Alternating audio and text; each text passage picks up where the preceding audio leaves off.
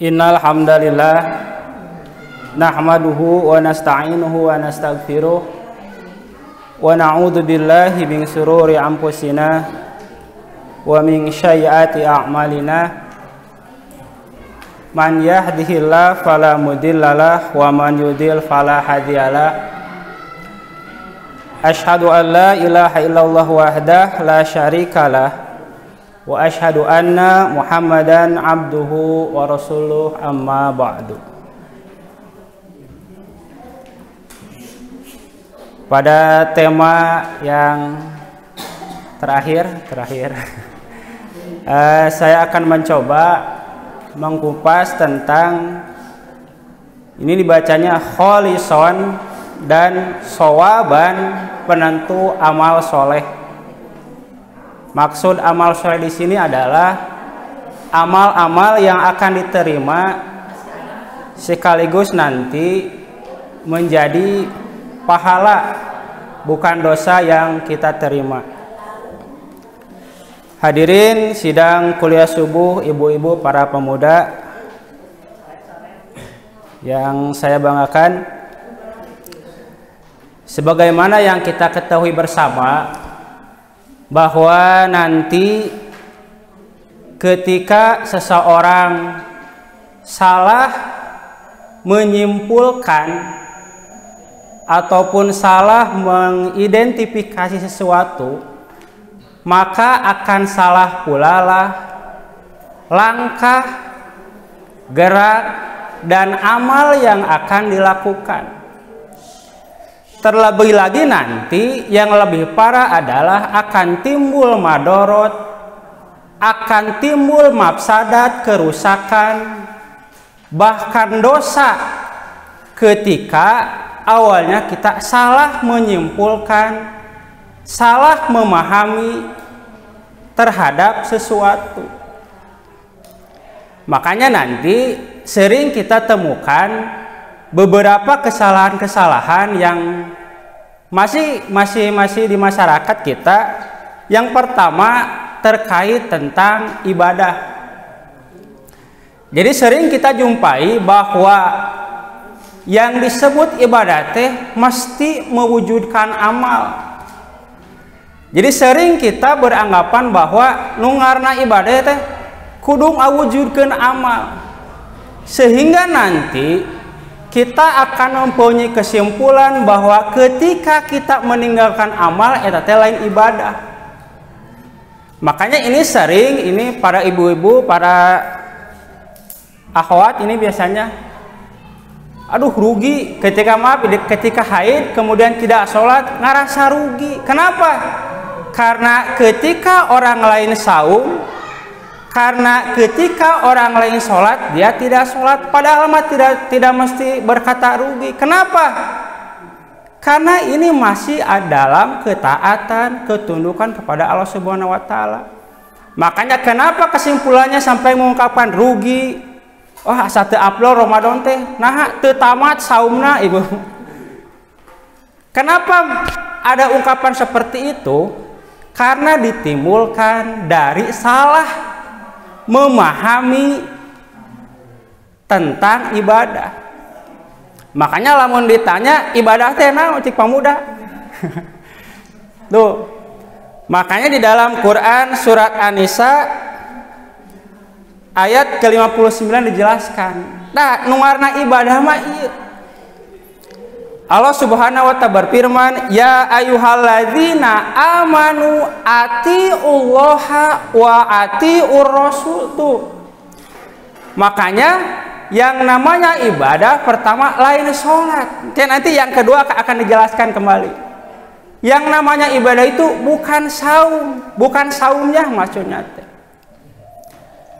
Bukan mewujudkan sholatnya, bukan mewujudkan saumnya, akan tetapi ketika kita masih dalam rangka ketaatan, ketundukan, kepatuhan terhadap Allah Subhanahu wa Ta'ala, eta mah edek ninggalkeun menang pahala. Kita melaksanakan dapat pahala ketika landasannya jelas. Al-Quran dan As-Sunnah atau masih dalam rangka ketaatan kita kepada Allah Subhanahu wa Ta'ala. Bahkan nanti di satu kasus yang lain, ayat dia mewujudkan amal, melaksanakan sholat, melaksanakan saum, akan tetapi bukan buah manis yang dia petik, bukan pahala yang dia dapat, akan tetapi siksa. Kenapa? Karena ketika mewujudkan amal bukan dalam rangka tunduk dan patuh. Amalna sakahayang. Ketika dia melakukan perbuatannya sakahayang manehanana, tidak di apa? Ya, tidak dilandasi dengan dalil-dalil ataupun perintah dari Allah dan Rasulnya. Makanya sekali lagi saya katakan, ketika memahami ibadah hanya sebatas mewujudkan amal, makanya akan salah menyikapi. Makanya yang namanya ibadah itu bukan mewujudkan amal, akan tetapi tunduk patuh terhadap aturan-aturan yang Allah tetapkan. Makanya nanti di dalam kaidah usul fikih timbul saja satu kaidah bahwa al aslu fil ibadati mamnuun. Jadi yang asal ataupun yang pokok di dalam ibadah itu tertolak ataupun batal ataupun tidak ada. Makanya nanti ketika seseorang melaksanakan sholat kudu puguh, mana dalilna, mana hadisna, mana Qur'anna. Lain terpercaya sholat teh goreng, bukan berarti biar aku sholat goreng, bukan. Akan tetapi kita harus yakin apakah Nabi melakukan ini, tidak. Apakah nanti sahabat mencontohkan, tidak. Inilah nanti yang melandasi, melatar belakangi nanti terhadap tema yang akan kita bahas, bahwa amal kita itu akan menjadi amal soleh, amal yang akan diterima sebagai pahala nanti di sisi Allah Subhanahu wa Ta'ala. Dan yang kedua adalah, yang pertama kesalahan yang sering kita dengar di masyarakat adalah bahwa yang namanya ibadah itu mesti mewujudkan amal. Nah, yang kedua adalah yang namanya ibadah itu tadi, lamun ditanya naon ari ibadah, biasanya menjawab sholat, saum, naon zakat. Padahal kan dari awal juga bukan seperti itu. Makanya di dalam hadis yang berikutnya ayat engkete, orang-orang yang ingin melaksanakan sholat bahkan dicarek ku Nabi. Orang-orang yang ingin melaksanakan saum justru dicarek oleh Nabi, dilarang oleh Nabi. Kenapa? Karena tidak sesuai dengan aturan, karena tidak sesuai dengan syariat yang ditetapkan oleh Allah dan Rasulnya. Nah, ini lanjutannya. Jadi ini dalil. Jadi kalau dalil yang pertama, dalil yang memperjelas bahwa ibadah itu bukan hanya mewujudkan amal, akan tetapi yang namanya ibadah manaun atiullah wa atiur rasul. Yang kedua, ini dalil tentang ngarana ibadah mah lain sholat. Kawannya bilang salah persepsi. Jadi jadi ibadah itu bukan sholat. Contoh juga namanya contohnya. Nah, jadi sholat itu ciri seseorang ketika ibadah, bukan berarti ibadah. Kenapa? Karena nanti aya nu sholat tapi teu ibadah, bukan ibadah maksudnya. Bukan ibadah dalam artian tidak diterima sebagai amal soleh, maksudnya seperti itu. Nah, ini hadisnya. Anna rijalan, sekelompok orang ini ingin bertanya kepada Rasulullah terkait dengan ibadah Nabi itu seperti apa. Jadi itu ingin menemui Rasul acan ka Nabi nama. Qala ahaduhum, salah seorang dari mereka berbisik. Jadi sebelum mereka berjumpa dengan Nabi, ingin bertanya perihal tentang ibadah Nabi itu seperti apa, amaliyah Nabi itu seperti apa. Nah, sebelum mereka bertemu ya Rasulullah, berbisiklah beberapa laki-laki ini, amma ana fa asumu wala uftiru. Salah seorang dari mereka mengatakan, saya akan saum wala uftiru, dan tidak akan berbuka. Tuh, di sini jadi dalil. Jadi saya katakan tadi bahwa saum itu bukan ibadah, ngan ciri keur ibadah. Kenapa? Karena nanti ada saum yang dilarang. Wa qalal akharu, dan yang lainnya berkata, amma ana akumu wala anamu. Aku akan sholat dan tidak akan pernah tidur, bakal sholat dulu. Sapopoena gawe nak sholat. Mata hari sholat halus goreng tuh sholat mana heula. Makanya sering kita jumpai piraku sholat teu meunang, piraku saum teu meunang. Lain sholatna nu teu meunang teh, lain saumna nu teu meunang teh, akan tetapi nyunah henteu ieu sholat teh. Saum mati geni. Mati geni wah goler ya pokoknya. Lain saumna nu salah teh dalam artian tuh, akan tetapi nyunah tidak. Ada contohnya tidak? Nabi mengajarkan tidak. Ketika tidak mengajarkan, bukan pahala yang kita dapat, bahkan nanti dosa yang akan kita dapatkan kelak di akhirat. Nah, yang ketiga, wa qalal akharu amma ana fala aqulul lahma. Tanu ya mah, adapun saya fala aqulul lahma, saya tidak akan makan daging. Wah, ini mah vegetarian ya bukan. Dengan makanya kenapa pemahamannya ini kan ada sebagian ajaran dari agama selain Islam yang mengajarkan bahwa teu meunang haram makan daging teh. Kenapa? Karena sama makhluk hidup. Itu tumbuhan lain makhluk hidup itu. Loh, makanya yang lainnya berkata saya tidak akan makan daging. Dan yang berikutnya, amma ana fala atajawwajun nisa, dan yang terakhir, saya tidak akan menikah. Dengan alasan ketika menikah cenah bising teu kaweur salat teh, pamajikan ngagerohan. Teu kaweur dek saum naon teh, dek ibadah teh aya budak tuh. Faqala sallallahu alaihi wasallam, maka Nabi bersabda, ma balu aqwamin yaqulu kada wa kada. Sebelum mereka bertemu Rasulullah, terdengar bisikan-bisikan ataupun perbincangan orang-orang yang tadi itu terdengar oleh Nabi. Siapa gerangan yang mengatakan ini dan itu? Maksudnya saya akan saum, tidak akan berbuka. Saya akan sholat, tidak akan tidur. Saya tidak akan makan daging. Saya tidak akan menikah. Terdengar oleh Nabi. Saha eta cenah nu nyarita ciga kitu. Maksudnya mah ini sahabat itu tidak, saya tidak. Jadi pertanyaan yang tidak untuk dijawab, maksudnya ngambek Nabi teh. Jadi sahabatnya bergetar gitu ketika mendengar saha eta. Jadi sahabatnya ente abdi ya Rasulullah. Tidak. Jadi diam saja.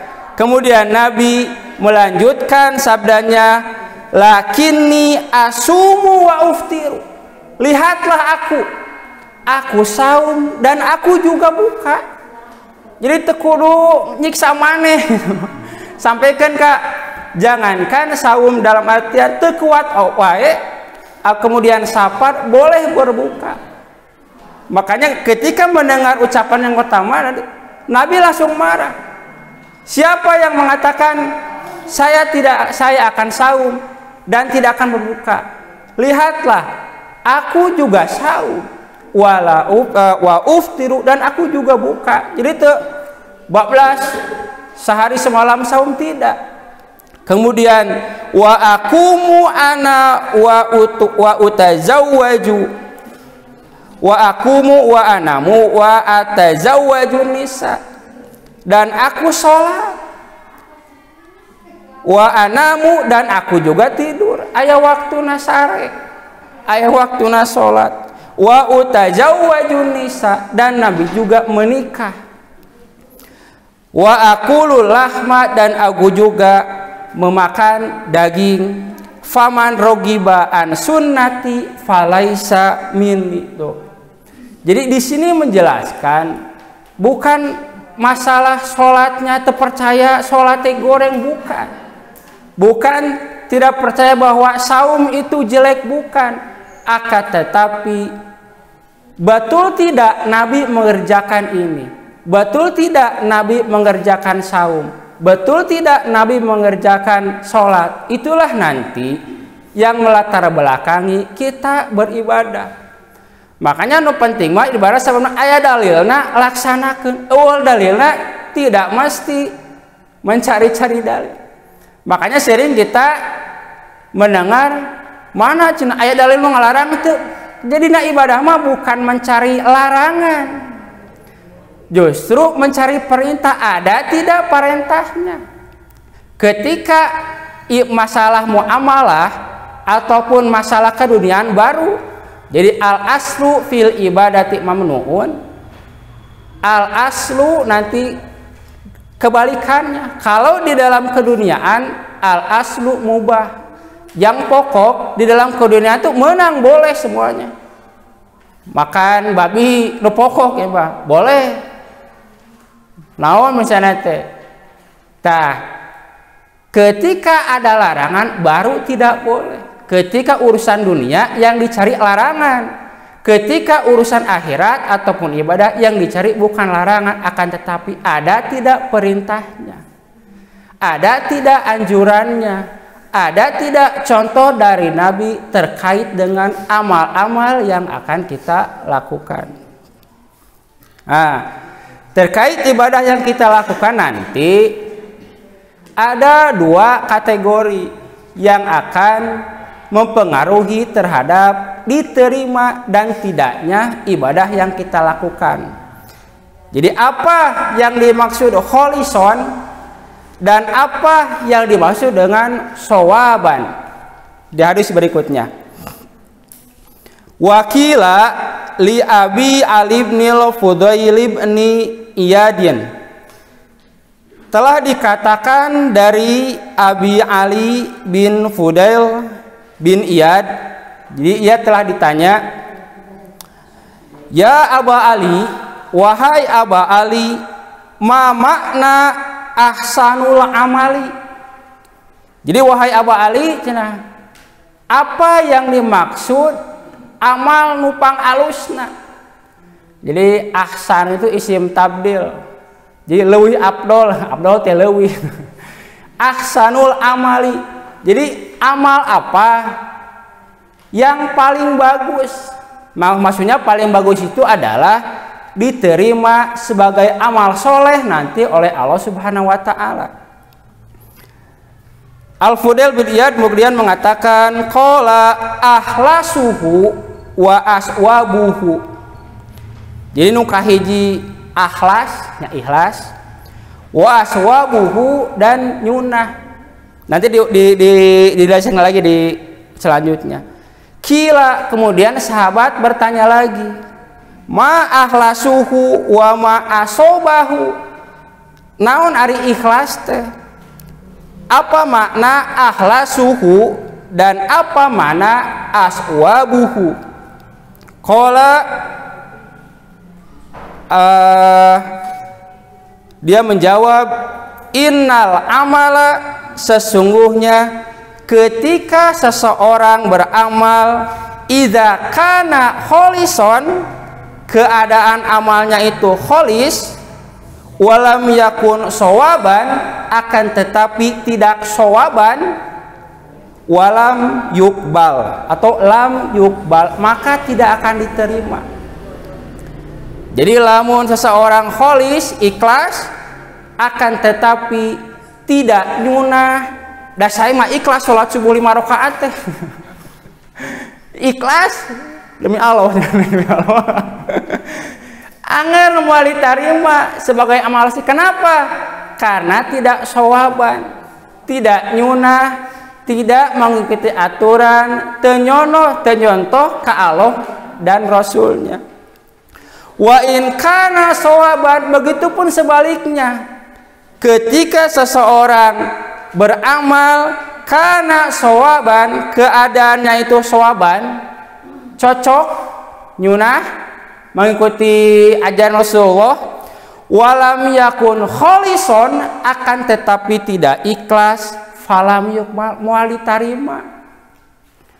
Ayeuna urang geus nyunah nyontok ka Nabi, tapi hayang dipuji kuno lain, hayang selain dari Allah, anggar moal ditarima. Makanya nanti hatta yakunu kholison wa sawaban. Ini ada waw, ini hilang. Sehingga terhimpun antara kholison dan sawaban tuh. Dua-duanya kudu aya. Kholisonnya tidak ada, kemudian sawabannya ada, moal ditarima. Begitupun sebaliknya, sawabannya sesuai sunnah akan tetapi dilakukan, dilandasi bukan karena Allah, itu juga tidak akan diterima sebagai amal soleh.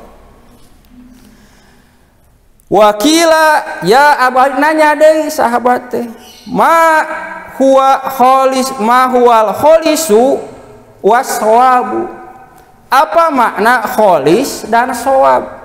Saya ngerti kene sahabat teh. Apa yang dimaksudkan kholis dan sawab di sini? Qala Al-Fudail bin Iyad mengatakan al-kholisu, yang namanya Isa itu an yakunu lillahi, itu keadaannya seseorang ketika beramal, ketika melakukan sesuatu lillah, karena Allah. Tidak ada unsur yang lain, tidak ada ingin dipuji oleh orang lain, hanya karena Allah. Ima karena Allah wedak anu mujudkeun teh. Wasawabu, dan sawabu, as-sawabu an yakunu ala sunnati, dan sedangkan yang disebut dengan as-sawabu itu mengikuti sunnah Rasulullah. Tuh.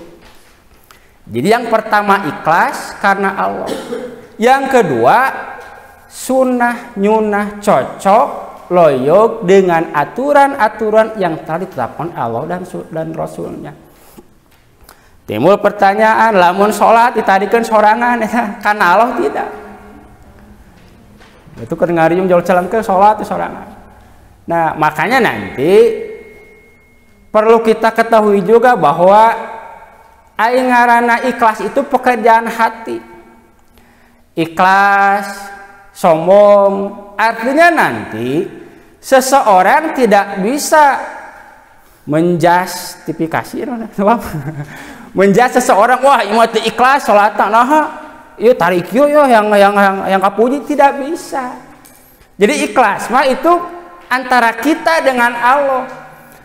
Makanya ketika seseorang sodako saja diperlihatkan kating, wah sodako ti ikhlas mah yang ditinggali, bisa jadi yang nyontoan. Makanya namanya ikhlas itu bukan pekerjaan anggota badan, bukan pekerjaan lisan, akan tetapi pekerjaan hati, yang dia saja yang bisa menentukan orang teh ikhlas itu. Ngan meureun siga anu teu ikhlas eta mah. Siga walaupun tidak pasti gitu bahwa ikhlas itu ketika sedekah wah itu diperlihatkan, bukan seperti itu. Jadi ikhlas itu pekerjaan hati. Hanya dialah dan Allah yang tahu bahwa amalnya itu ikhlas tidak. Ketika dia beramal karena Allah tidak, hanya dialah yang beramalah dan Allah lah yang tahu terhadap keikhlasan seseorang. Artinya orang lain tidak bisa menjudge seseorang apakah dia ikhlas ataupun tidak. Wah, ini mau tarik ya. Mau capuran ditarik-tarik. Ayang kapuji itu tidak juga. Nah, timbul pertanyaan, naon ari ikhlas teh? Cik pemudi Cik yang sebatas yang kita ketahui, ikhlas itu apa, Bu? Murni. Murni, dah hese murni teh naon atuh. Mas murni. Tuh. Menjalankan itu sesuai dengan aturan Allah. Wah, taat eta mah buat. Menjalankan hidup satu eta mah taat buat tuh. Tuh. Makanya sering, jadi sangat jarang sekali orang-orang ketika membahas ikhlas itu make dalil surat Al-Ikhlas, jarang. Cok dah. Ridho tuh. Nah, makanya untuk mengetahui apa ikhlas itu, baca surat Al-Ikhlas. Makanya kalau kita perhatikan dari sekian banyak surat yang Allah turunkan, nanti ada surat Al-Ikhlas dan surat Al-Fatihah. Ini kalau tidak salah ya, nanti bisa dikoreksi. Yang di dalam kandungannya tidak tercantum kalimat ikhlas. Perhatikan ya. Kalau kita perhatikan surat Al-Baqarah, pasti eta teh di dalam isi kalimatnya aya Baqarun. Anu mudah we. Surat Al-Lahab. Di jerona pasti ada Lahabun.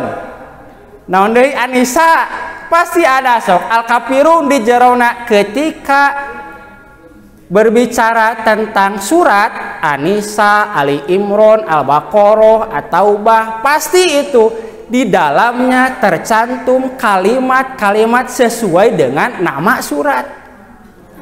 Berbeda dengan surat Al-Ikhlas dan surat Al-Fatihah. Al-Fatihah ada Bismillah, ada tidak kalimat Fatihah? Tidak ada ya. Nah, Al-Ikhlas juga sama. Jadi kalau kita perhatikan Quran surat Al-Ikhlas, Qul huwallahu ahad, Allahus somad, lam yalid walam yulad, walam yakul lahu kufuwan ahad, tidak akan kita temukan kalimat ikhlas di dalam Quran surat Al-Ikhlas. Nah, ini juga nanti yang membedakan bahwa ikhlas itu jadi tidak bisa tersembunyi. Maksudnya kalau kita memahami konteks redaksi dari surat Al-Ikhlas, kenapa surat Al-Ikhlas tidak ada kalimat Al-Ikhlas? Berbeda dengan surat yang lain. Di sini menunjukkan bahwa ikhlas itu tersembunyi. Kenapa? Ya karena hanya Dia dan Allah yang tahu. Makanya untuk memahami ikhlasnya naon, mari kita baca surat Al-Ikhlas. Jadi yang disebut ikhlas itu adalah pertama Qul huwallahu ahad. Tuh, katakanlah bahwa Allah itu satu. Maksudnya apa? Allah yang akan memberi pahala, Allah akan mengganjar terhadap amal-amal yang kita lakukan. Makanya katakanlah Qul huwallahu ahad. Allah yang satu, Allah yang esa, Allah yang berkuasa terhadap sesuatu. Lanjutannya Allahus somad, Allah tempat bergantung. Makanya kalau kita beribadah jangan mengharapkan kepada selain Allah. Gantungkanlah harapanmu dan cita-citamu setinggi langit. Tuh. Jadi gantungkan apa amalan-amalan yang kita lakukan hanya kepada Allah. Jadi ulah-ulah ka makhluk maksud nama. Ketika kita beramal, ketika kita melakukan apapun sok lakukan karena Allah. Dan ini nanti yang akan memperpanjang terhadap amal soleh kita. Batur ede kumaha oge lamun karena Allah mah. Sempat saya mengatakan ketika seorang beramal kemudian ketika kita beramal kemudian orang yang dibantuan ku urang teh ngadon berbalik, bukan kebaikan yang kita dapat akan tetapi kejelekan. Ketika karena Allah tuluikeun we kahadean. Kenapa? Karena kita ketika beramal tidak mengharapkan apapun.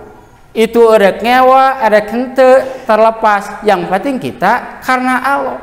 Allahus somad, gantungkanlah amal kita hanya kepada Allah bukan kepada makhluk. Lam yalid walam yulad walam yakul lahu kufuwan ahad. Allah tidak beranak dan tidak diperanakan. Naon maksudna? Apa hubungannya lam yalid walam yulad dengan ikhlas? Allah tidak beranak dan tidak diperanakan. Maksudnya adalah gini Bu. Jadi lamun orang, bapak-bapak ataupun ibu-ibu ataupun siapapun, khususnya yang sudah menikah, ketika edek sodakoh pernah tidak Bu mikir, iya jang budak kumahanya, budak sodakoh 5.000, budak ya jajan mualnya tuh. Bapak-bapak ketika ingin sodakoh bakal mikir 2 kali, jang pamajikan kumaha. Begitu pun sebaliknya. Kata Allah, lam yalid walam yulad. Allah itu tidak beranak dan tidak diperanakan. Maksudnya apa? Ketika memberi pahala, ketika memberi nikmat, ketika memberi rizki, Allah tidak akan mikir panjang. Boga budak yang itu moal. Kenapa?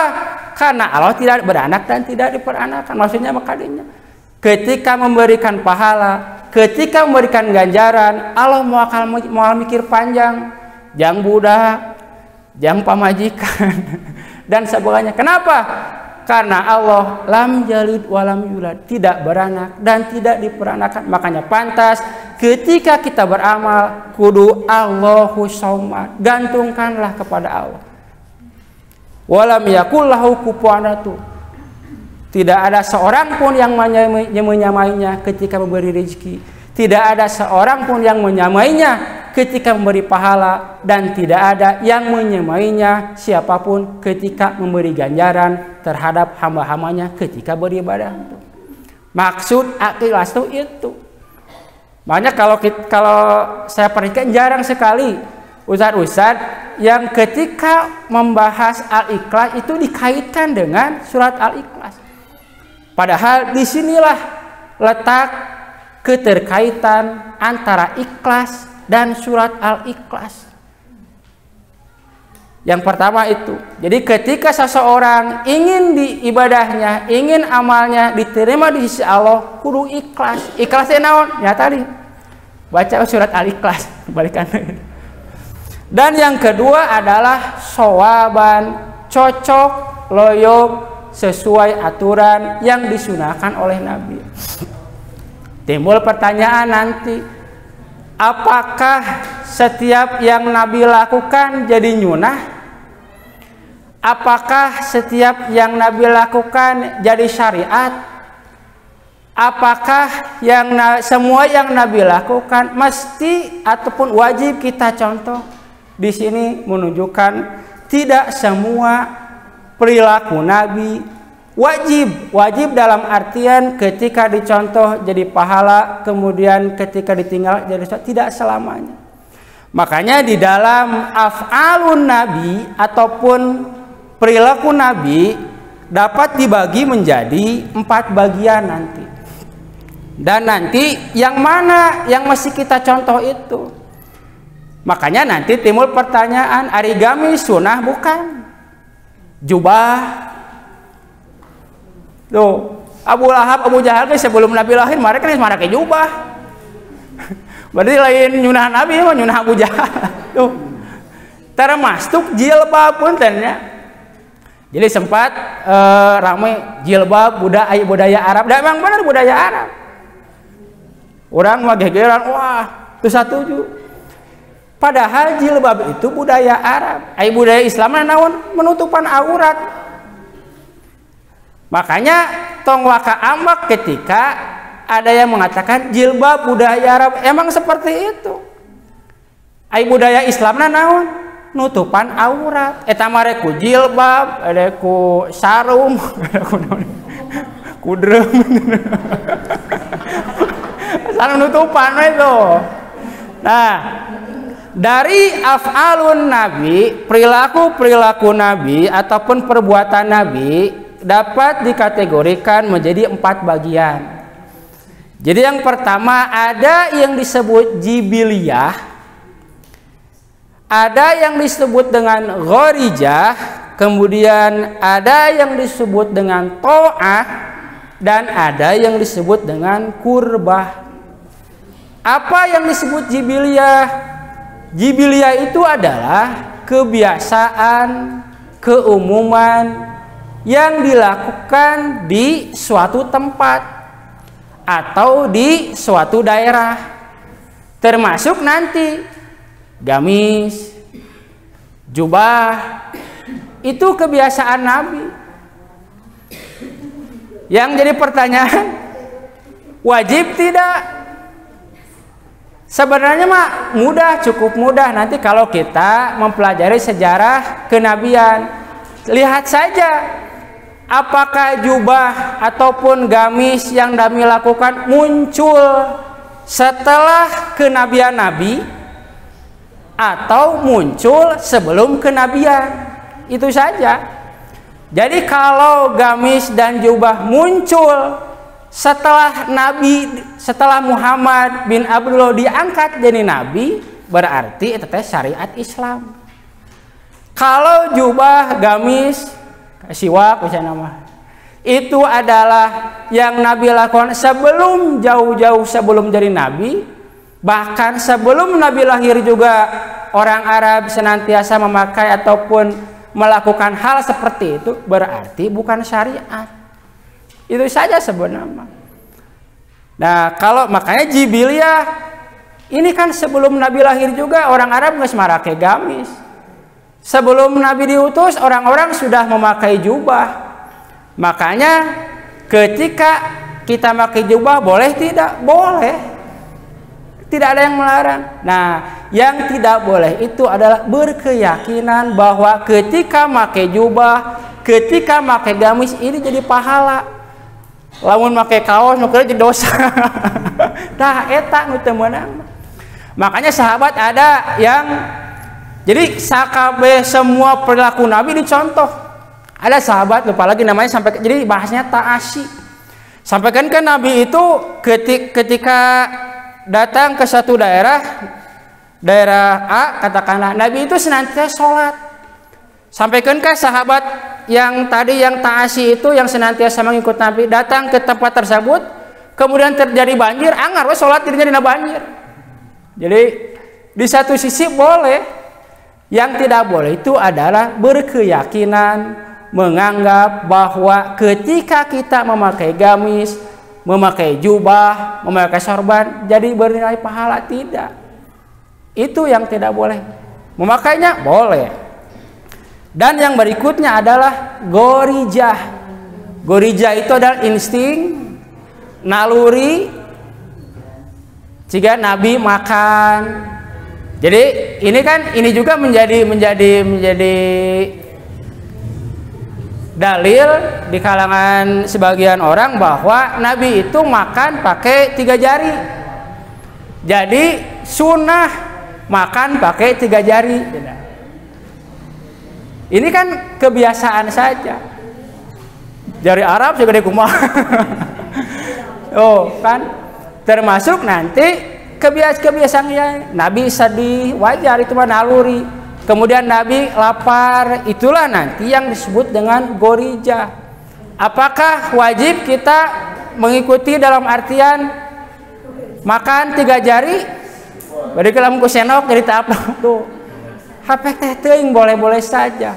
Yang jadi catatan yang tidak boleh itu adalah ketika kita meyakini bahwa ketika makan pakai 3 jari bernilai pahala, ketika tidak makan pakai jari dosa. Itulah yang tidak boleh. Dan yang ketiga adalah ta'atun. Nah, inilah nanti ajaran-ajaran ataupun syariat-syariat yang Allah tetapkan mah taat. Jadi lamun taat mah kaitannya dengan wahyu. Kalau taat nanti kaitannya dengan syariat, dengan firman Allah Subhanahu wa taala, taat. Jika naon salat. Kan sebelum Nabi diutus ketika itu Arab Quraisy teu ngalakuan salat. Saum juga ketika sebelum Nabi diutus kalangan kafir Quraisy nenek moyang mereka tidak melakukan sholat. Baru ketika Nabi diutus baru ada sholat. Baru ketika Nabi umur 40 tahun diangkat menjadi Rasul, baru ada syariat saum. Inilah nanti yang disebut dengan taat. Jadi taat mah kaitannya dengan syariat. Nah, yang harus dicontoh dari af'alun Nabi itu adalah bukan jibiliyah, bukan gorijah, akan tetapi ta'ah. Jadi kudu dicontoh dina perilaku Nabi itu adalah bukan kebiasaannya, kebiasaan Arab ketika itu, bukan nalurinya, instingnya, gorijanya, da urang ge boga eta mah sarua. Akan tetapi maksud uswatun laqad kana fi Rasulillahi uswatun hasanah di sini adalah atu dalam artian ketaatan kepada Allah, syariat maksudnya. Nah, berikutnya adalah kurbah. Apa itu kurbah? Kurbah itu dari kata koroba, dekat. Artinya sesuatu yang mendekatkan diri kepada Allah. Maksudnya apa? Nanti kurbah ini adalah gabungan dari jibiliyah dan to'ah, ataupun gorijah dengan to'ah. Maksudnya apa? Contoh misalnya di jibiliyah ada kebiasaan pakai baju gamis dan sebagainya. Ketika disisipkan unsur syariat pakai doa, kemudian didahulukan dengan tangan kanan. Nah, inilah nanti jibiliyah bergabung dengan to'ah, maka timbullah yang namanya kurbah, sesuatu yang mendekatkan diri kepada Allah. Nanti akan terjadi penggabungan antara gorijah dan to'ah. Ari tuang leueut mah da insting gorijah, kebutuhan manusia. Ketika digabungkan dengan to'ah, dengan ketaatan, maksudnya pakai tangan kanan, kemudian membaca doa bismillah, selesai makan alhamdulillah. Inilah nanti yang disebut dengan kurbah, sesuatu yang mendekatkan diri kepada Allah, baik itu jibiliyah ataupun gorijah, dengan catatan ada penggabungan, bukan hanya kebiasaan saja, bukan hanya insting saja, naluri saja, akan tetapi ada unsur ketaatan kepada Allah, maka akan timbul dan jadi kurbah, sesuatu yang mendekatkan diri kepada Allah. Pagawean nama pagawean biasa, pakai baju. Pagawean nama pagawean biasa, hanya makan berpahala tidak, Bu? Berpahala. Yang pokok mah tidak. Walaupun nanti jadi perkara yang mubah itu fleksibel hukumnya, maksudnya akibatnya bisa nanti jadi pahala, bisa nanti jadi dosa, tergantung dari niat si pelaku amaliyah tersebut. Contoh, ketika makan itu tidak mendapatkan pahala, mubah itu ya mubah.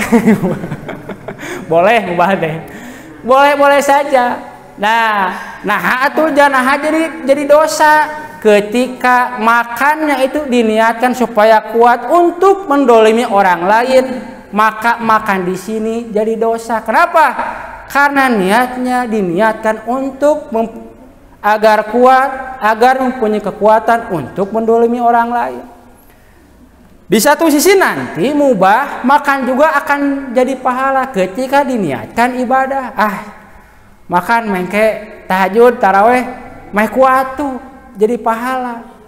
Jadi yang namanya mubah itu bisa akibatnya bisa pahala, bisa juga bisa dosa, tergantung dari niat kita. Begadang meh kuat saum ataupun begadang, makanya niatnya dulu apa begadang. Nah, gadaguan tahajud biar lebih afdol sepertiga malam, atau ngadaguan nu imah eueuh. Tuh. Makanya ketika mubah, perkara yang boleh, bisa jadi pahala, bisa juga menjadi dosa ketika beda niatnya. Niatnya kebaikan akan jadi baik, pahala. Ketika diniatkan kejelekan akan menjadi dosa. dan siksa di akhirat.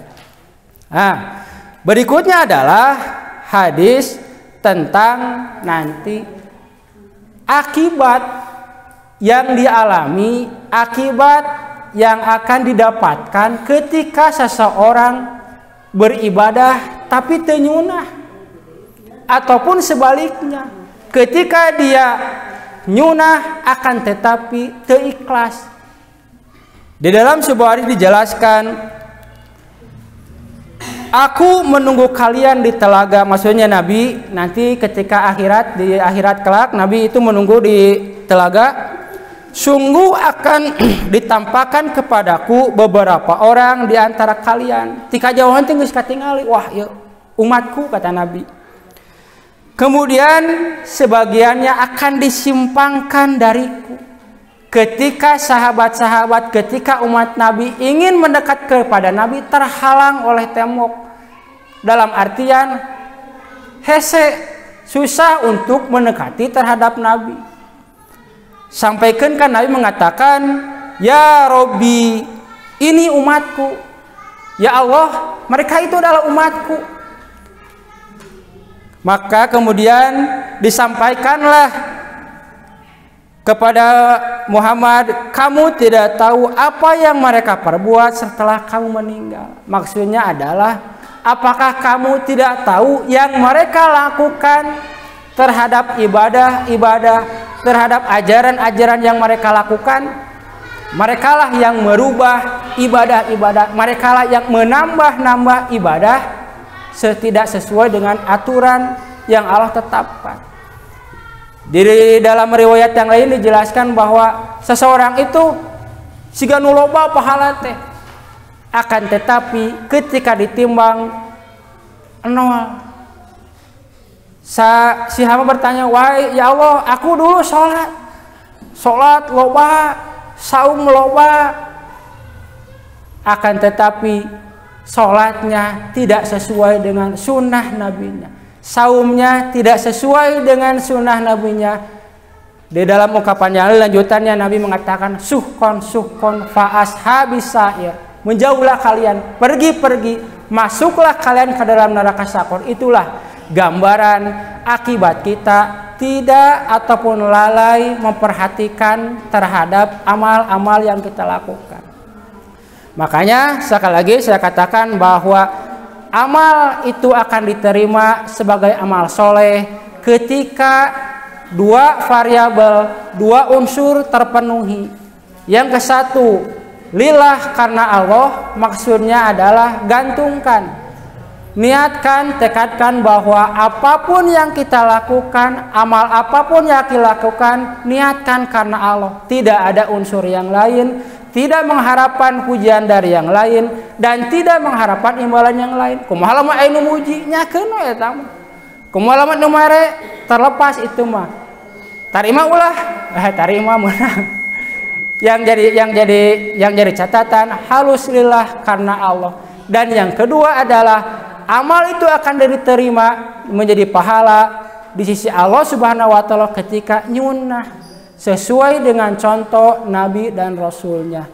Mungkin itu saja yang bisa saya sampaikan pada kesempatan kali ini. Mudah-mudahan menjadi bahan sedikit ilmu bagi kita untuk selektif dalam ibadah. Jadi yang dimaksud ahsanul amali itu bukan paloba-loba amal, bukan memperbanyak amal, akan tetapi memperbagus amal. Dalam artian tata caranya harus jelas, aturannya harus jelas, contohnya harus jelas, sehingga ketika kita melakukan ibadah mempunyai keyakinan yang kuat terhadap ijabah ataupun jadi amal soleh yang akan diterima oleh Allah Subhanahu wa taala. Itu saja yang bisa saya sampaikan. Aqulu qouli hada wa astaghfirullah li wa lakum. Wassalamualaikum warahmatullahi wabarakatuh.